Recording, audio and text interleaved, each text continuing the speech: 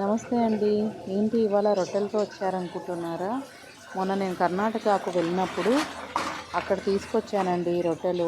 డ్రైగా ఉంటాయి. ఒక ప్యాకెట్లో అమ్ముతారు. ప్యాకెట్కు 10 వస్తాయి.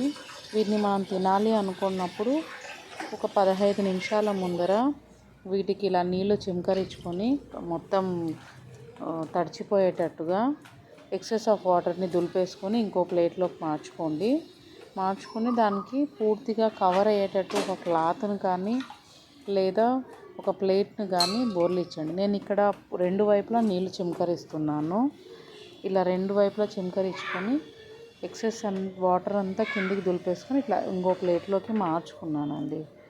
ఇలా అన్ని రొట్టెలు మీకు ఎన్ని కావాలో అన్ని రొట్టెలకు నీళ్ళు చిమ్కరించేసుకొని రెండు వైపులా ఇలా పక్కకు పెట్టుకోండి. ఇలా మూత పెట్టేసేయండి. పెట్టేసి ఒక 20 మినిట్స్ దాన్ని ఏం కదపకండి.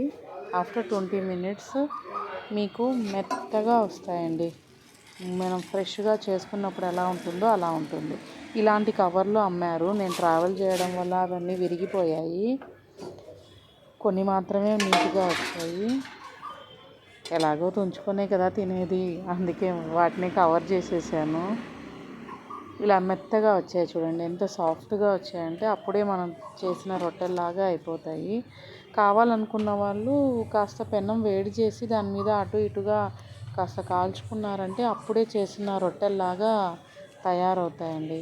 ఎవరైనా మీకు ట్రై చేయాలనుకున్న వాళ్ళు ఇలా ట్రై చేసి చూడండి. పల్చగా ఉంటాయి, తినడానికి కూడా టేస్టీగా ఉంటుంది. చూడండి ఎంత సాఫ్ట్ అయిపోయిందో, పేపర్ రొట్టెల్లాగా తయారైపోయింది. థ్యాంక్ యూ అండి. Thank you for watching this video.